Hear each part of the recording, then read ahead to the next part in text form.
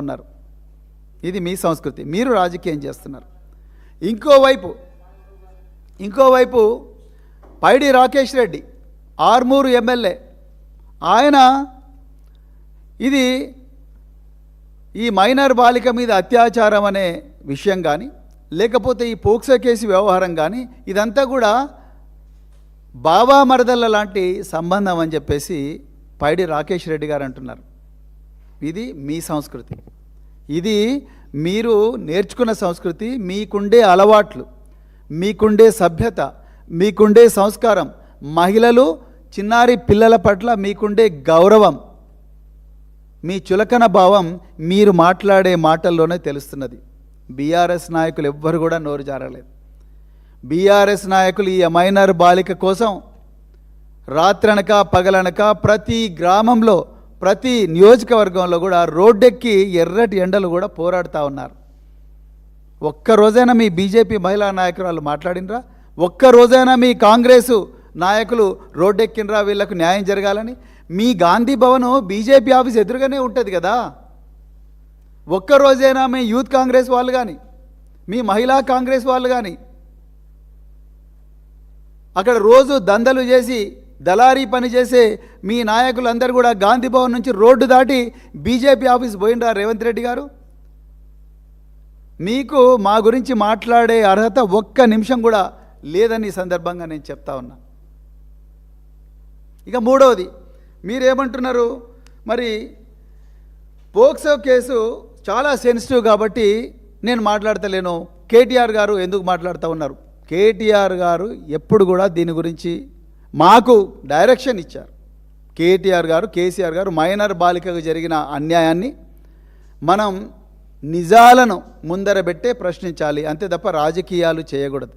మేము ఎక్కడ కూడా రాజకీయాలు చేయలేదు. మేము ప్రతి చోట కూడా ఇలాంటి ఎఫ్ఐఆర్లు ముందర పెట్టుకొనే మాట్లాడుతున్నాం. మేము మీలాగా అబద్ధాలు చెప్పడం, పంచులు ఇవ్వడం ఇవన్నీ మేము చేయడం లేదు.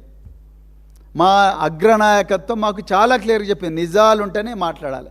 కరీంనగర్లో బండి సాయి భగీరథ్ ఎఫ్ఐఆర్ తీసుకొని పేట్ బషీరాబాద్లో ఆ తల్లి ఇచ్చిన కంప్లైంట్ కాపీ ఆమె మాకిస్తే ఆ కంప్లైంట్ కాపీని ముందర పెట్టుకొనే మాట్లాడినాం. మీరు బయటికి సమాచారం పొక్కనివ్వకుండా బండి సాయి భగీరథ్ను కాపాడాలని శతవిధాలా ప్రయత్నం చేస్తున్నా, సోషల్ మీడియాలో వస్తున్న సమాచారాన్ని నిర్ధారించుకొని దాని తర్వాతనే ఈ ప్రెస్ మీట్కు వచ్చింది బీఆర్ఎస్ పార్టీ. మా నాయకులు కేసీఆర్ గారు, కేటీఆర్ గారు మాకు నేర్పించింది ఇదే. ఈ విషయంలో కూడా మీలాగా మేము పచ్చి అబద్ధాలు చెప్పలేదు. అక్కడ నిందితుడు లొంగిపోతే మీరు నాకాబందీ అని అంటున్నారు. ఎవరికి నేర్పిస్తున్నారు నాకాబందీ? మాకు తెలియదా? మేము పోలీసు ఉద్యోగాలు చేయలేదా నాకాబందీ? బందోబస్తు ప్లాన్ చూపించండి. ఎంతమంది ఆఫీసర్లు అనేసిండ్రు? పచ్చి అబద్ధం చెప్పినావు కదా రేవంత్ రెడ్డి. మీరు ప్రధానమంత్రి నరేంద్ర మోడీకి రాష్ట్ర పోలీసులందరూ కూడా ఆయన బందోబస్తులో ఉండగా 10,000 మంది పోలీసులు తీయండి, 10,000 మంది పోలీసుల లిస్టు, మీ బందోబస్తు ప్లాన్ చూపించండి. పేట్ బషీరాబాద్ డీసీపీ ఎక్కడున్నారు? ఆ రోజు పేట్ బషీరాబాద్ ఇన్స్పెక్టర్ ఎక్కడున్నారు? వాళ్ళ టవర్ లొకేషన్ మీరే ముందర పెట్టండి. మీ దగ్గర అన్ని సాధనాలు ఉన్నాయి కదా, మీరే ముందర పెట్టండి. మీ రకరకాల బృందాలు మీరు ఢిల్లీకి పంపించినాం, ఇంకా ఇతర ప్రాంతాలకు పంపించినాం అన్నారు, కరీంనగర్ పంపించినామన్నారు. మీరు కరీంనగర్లో మీరు కరీంనగర్లో బండి సంజయ్ ఇంటికి రైడ్ చేసిండ్రు? హైదరాబాద్లో ఉండే జూబ్లీ హిల్స్ ఇంటికి ఎందుకు మీ బృందాలు పోలేదు? ఎక్కడ పోయిన మీ బృందాలు? ఎక్కడ పండుకుంటున్నారు? ఏ డాబాలో పండుకున్నారు మీ బృందాలు? ఎవరు ఆ బృందాల నాయకులు? వాళ్ళ రోజు చేసిన పని చూపించండి. మళ్ళీ మీరు అబద్ధాలు చెప్తా ఉన్నారు, మా బృందాలను అక్కడ పోయినా ఇక్కడ పోయినా అని. మీ బృందాల టవర్ లొకేషన్లు ఇవ్వండి. బండి సాయి భగీరథ్ టవర్ లొకేషన్ తీయండి, ఇప్పుడు మీకు తెలిసిపోతుంది ఎక్కడ బృందాలు ఉన్నాయి. బండి సంజయ్ టవర్ లొకేషన్ తీయండి, 2 నిమిషాలు అర్థమైపోతుంది ఈ బృందాలు ఎవరి కస్టడీలు ఉన్నాయి. వాళ్ళు ఉంటే మీ కస్టడీలో ఉండాలి, లేకపోతే బండి సంజయ్ కస్టడీలో ఉండాలి. ఇది తెలంగాణ ప్రజలందరికీ కూడా తెలుసు. అందుకొరకే మీరు మే 15వ తారీఖు నాడు వేటు న్యూస్ వాళ్ళు పెట్టిన కాంక్లేవ్లో మీరు నిస్సహాయంగా ఒక రాష్ట్ర హోంమంత్రిగా 1,00,000 మంది పోలీసులకు బాస్గా మీరు అడుక్కుంటున్నారు ఒక నిందితుడి తండ్రిని, ఒక సహనిందితుడిని. బండి సంజయ్ ఏ విధంగా సహనిందితుడిది ఇప్పుడు నేను చెప్తా. ఒక నిందితుడి తండ్రిని మీరు నిస్సహాయంగా అడుక్కుంటున్నారు, కాళ్ళ మీద పడి ప్రాధేయపడుతున్నారు. దయచేసి సరెండర్ చెయ్యి, నువ్వే ఇవ్వాలంటున్నావు, మళ్ళీ ఇవ్వాలి నువ్వే నాకాబందీలో దొరికిండు అంటున్నావు, నువ్వే సరెండర్ చేయమంటావు, అడుక్కుంటున్నావు, మళ్ళీ మీరే నాకాబందీలో దొరికిండు అంటున్నారు. ఇవన్నీ ప్రశ్నిస్తేనేమో మళ్ళీ నువ్వు పోలీసు ఉద్యోగం చేస్తావని మళ్ళీ నన్ను అంటున్నావు.